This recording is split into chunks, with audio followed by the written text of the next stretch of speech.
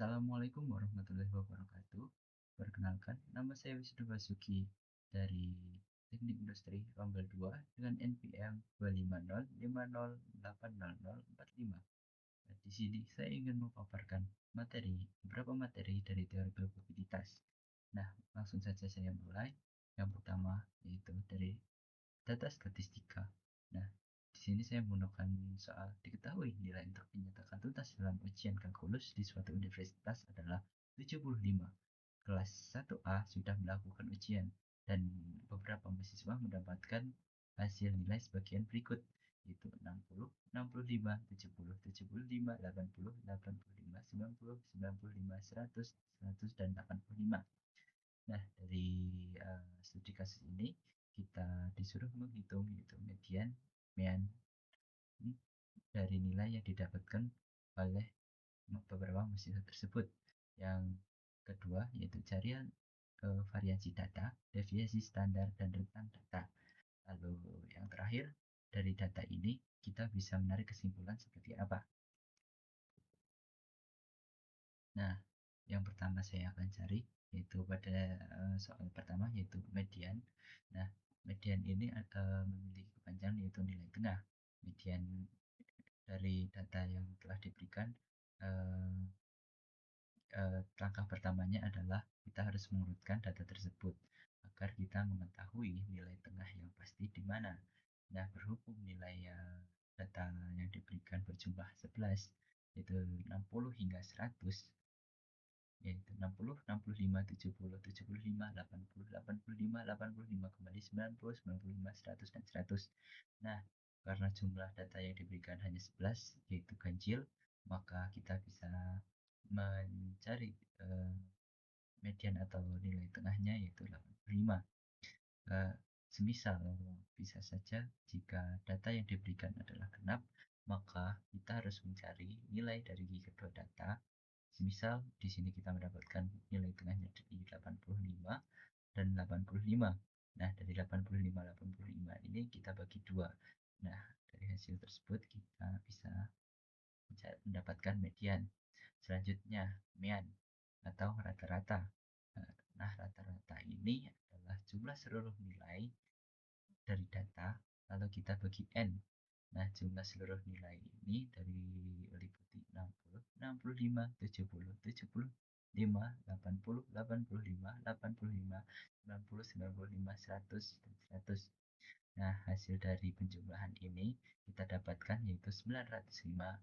Nah, dari 905 ini kita bagi 11 dan kita dapatkan hasil 82,27.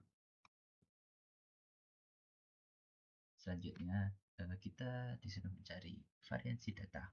Variansi data sendiri memiliki rumus S kuadrat sama dengan sigma X kurangi rata-rata data lalu dikuadratkan per N min 1. Nah, data yang kita bisa anggap saja sebagai X. Karena data ini kan dimulai dari 60, 65, 70, 75, 80, 85, 85 lagi hingga 100.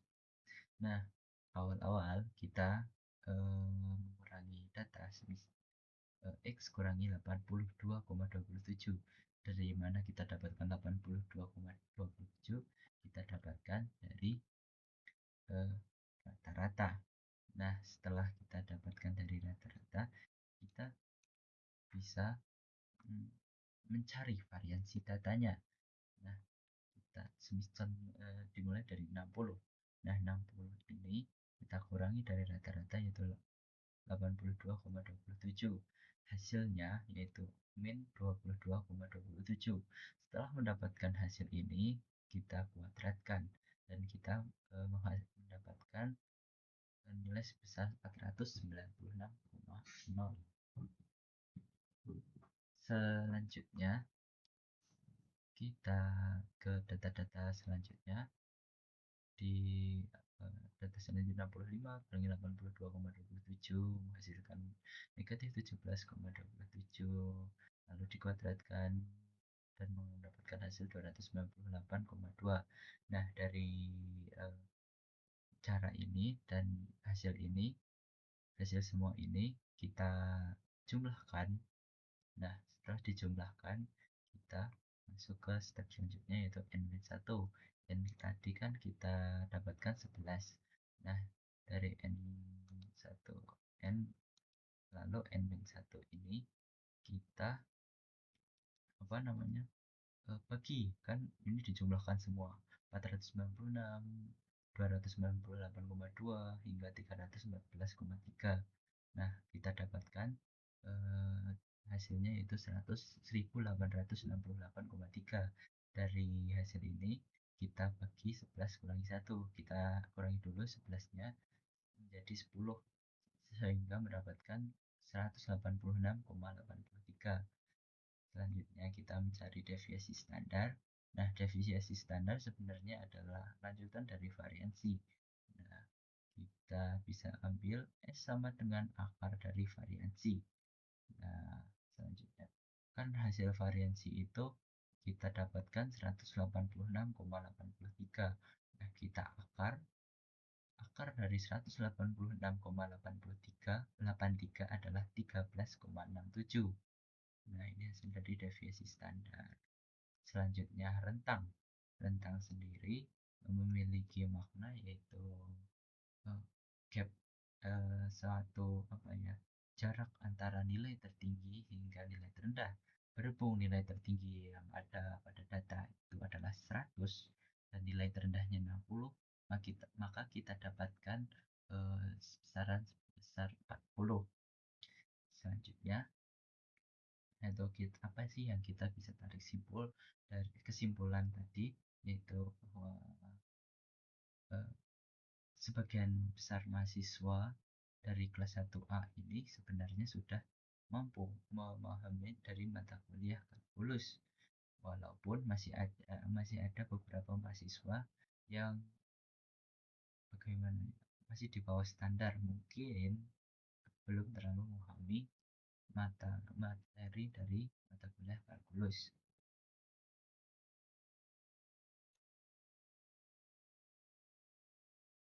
Materi selanjutnya yang saya ambil adalah irisan dan gabungan. Nah, diketahui dari data sampel ini adalah S. Budi Basuki Ani Amirkia Nadia Husna. Nah, beberapa mahasiswa ini, nama mahasiswa ini ternyata mengikuti beberapa kegiatan UKM yang diadakan di universitas. Contoh A untuk UKM Silat, B UKM Mapala, dan C UKM Paduan Suara. Nah, pada UKM Silat ini ada yang mengikuti ada Gia Basuki Nadia, lalu untuk UKM Mapala yaitu Budi Gia Basuki Husna, lalu untuk UKM Paduan Suara ada Ani Amir Gia. Nah, kita disuruh mencari A irisan B, A irisan C, A gabungan B, A gabungan B gabungan C, lalu A irisan B, irisan C. Nah, sebenarnya apa sih irisan dan gabungan?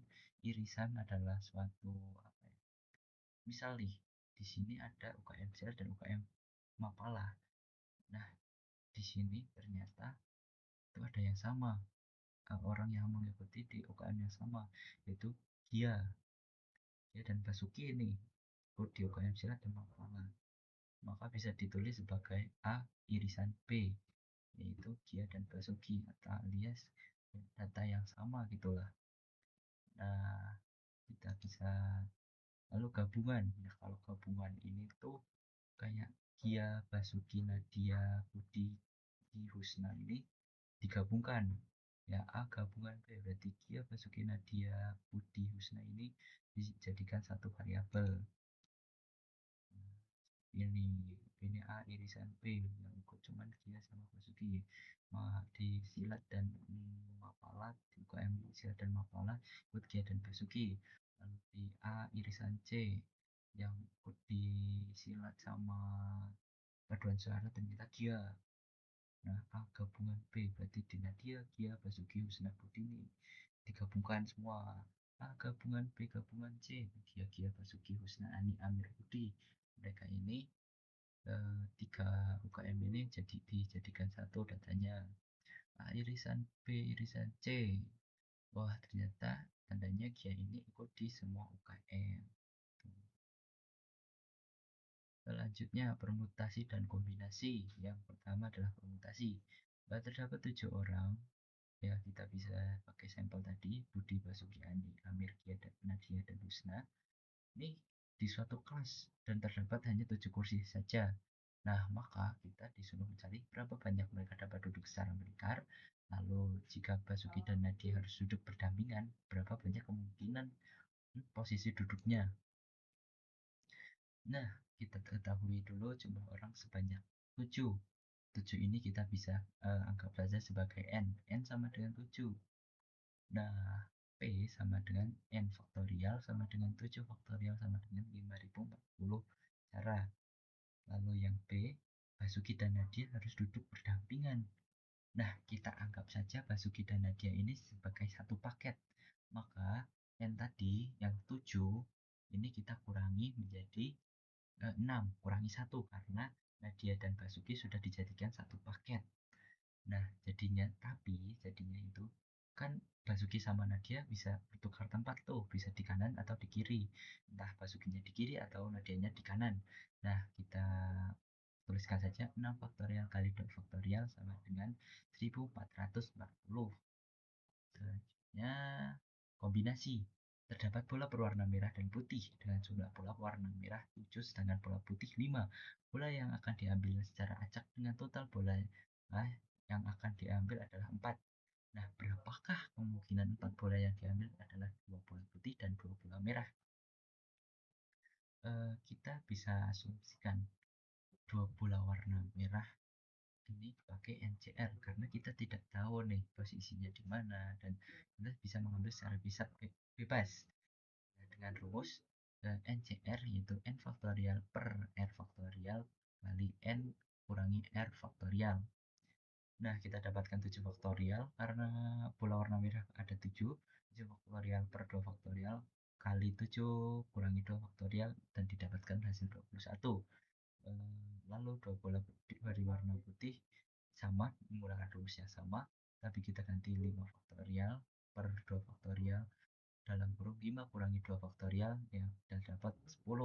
Nah, dari cara ini kita kalikan dengan cara dari 2 bola warna merah dengan 21 dan 2 bola dari warna putih itu 10. Nah, total caranya itu kita kalikan saja dapat 21 kali 10 sama dengan 210. Nah, materi selanjutnya itu teori bias. Nah, saya menggunakan rumus ini sebagai latihan soalnya. Itu perusahaan X membeli sepeda motor dari dua pabrik pemasok yang berbeda nih. Nah, pabrik A ini memasok 73% dari total produksi dengan tingkat cacat 2%. Berarti pabrik A ini memasok banyak sepeda motor, tapi tingkat kecacatannya itu rendah. Lalu ada pabrik B memasok 27% dari total produksi dengan tingkat cacat 5%. Ini kalau pabrik B ini memasok lebih sedikit, tetapi tingkat cacatnya itu lebih tinggi dibanding pabrik A. Selanjutnya, yang dipertanyakan adalah jika sebuah sepeda motor yang dipilih secara acak ternyata cacat, berapakah probabilitas bahwa sepeda motor itu berasal dari pabrik B? Kita bisa tulis seperti ini. Pabrik A memasok 73%. Kita ubah ke dalam bentuk desimal, yaitu 0,73. Sama saja sebenarnya. Kan 73 per 100 bisa kita tulis sebagai 0,73 kalau dalam bentuk desimal. Nah, dengan persentase kerusakan yaitu 2%, desimalnya 0,02.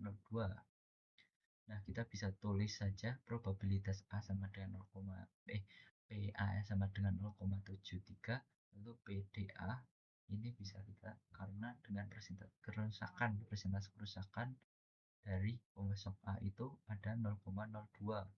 Nah, pabrik B memasok 27% atau 0,27 dengan persentase kerusakan 0,05. Saya lupa menulis itu. PB-nya sama dengan 0,27, lalu PDB-nya sebagai 0,05. Nah, yang ditanyakan adalah persentase motor catat yang berasal dari pabrik B. Nah, kemungkinan kita cari dulu kemungkinan cacat produksi dari pemasok A terlebih dahulu. Kita bisa mengalihkan dari jumlah jumlah memasok lalu dikalikan persentase kerusakan. Nah, kita dapatkan yaitu 0,73 kali 0,02 kita dapatkan 0,0146. Lalu kemungkinan cacat produksi dari pemasok B itu kita kalikan saja seperti tadi 0,27 kali 0,05 dan kita dapatkan 0,0135. Nah, untuk rumus teorema Bayes sendiri yaitu ini PBD berarti dari pemasok B yang jelas rusak itu berapa persen. Probabilitas pemasok B rusak nih itu kita tulis sebagai PB kali PDB lalu PA kali PDA plus PB kali PDB. Nah, kita substitusikan yang sudah kita ketahui yaitu 0,0135 ini didapat dari sini kemungkinan cacat produksi dari pemasok B karena yang memang kita ingin cari adalah persentase mutu cacat dari yang berasal dari pabrik B. Ini kita tulis 0,0135 per 0,0146 ditambah 0,0135 lalu kita dapatkan 0,48 0,4804 atau bisa kita sederhanakan menjadi 0,48 atau 48%. Jadi kita bisa tahu ternyata pabrik B ini kemungkinan cacatnya itu yang berasal dari pabrik B itu 48%. Sedangkan kalau dari pabrik A sisanya yaitu 52%. Gitu. Sekian presentasi dari saya. Saya ucapkan terima kasih karena telah menonton sampai sini. Assalamualaikum warahmatullahi wabarakatuh.